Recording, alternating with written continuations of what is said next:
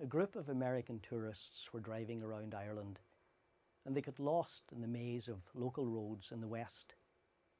The signposts weren't of much help.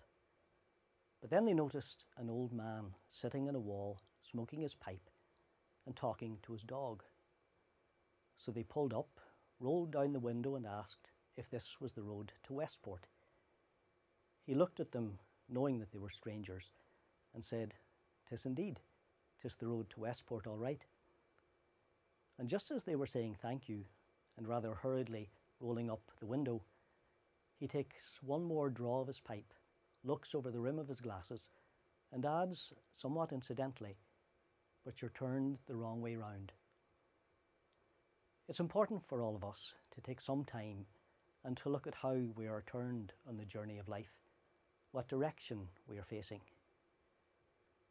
I believe that happiness and meaning is found by turning our lives to face outwards, out of ourselves, towards others in generosity and self-giving.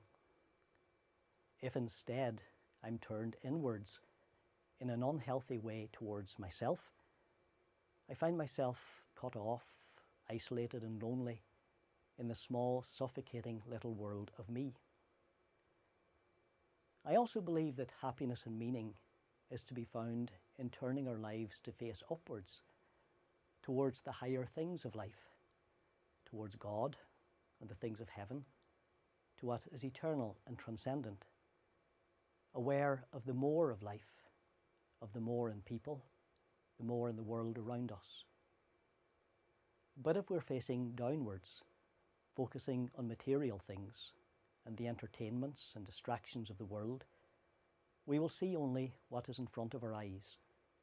We will value only what we can have here and now. We'll live life on a very shallow level and ultimately be unsatisfied and unhappy.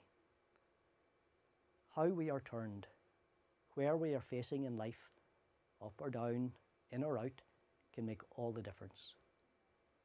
When our lives are turned outwards and upwards, we will find that life is big and full and rich and meaningful and happy.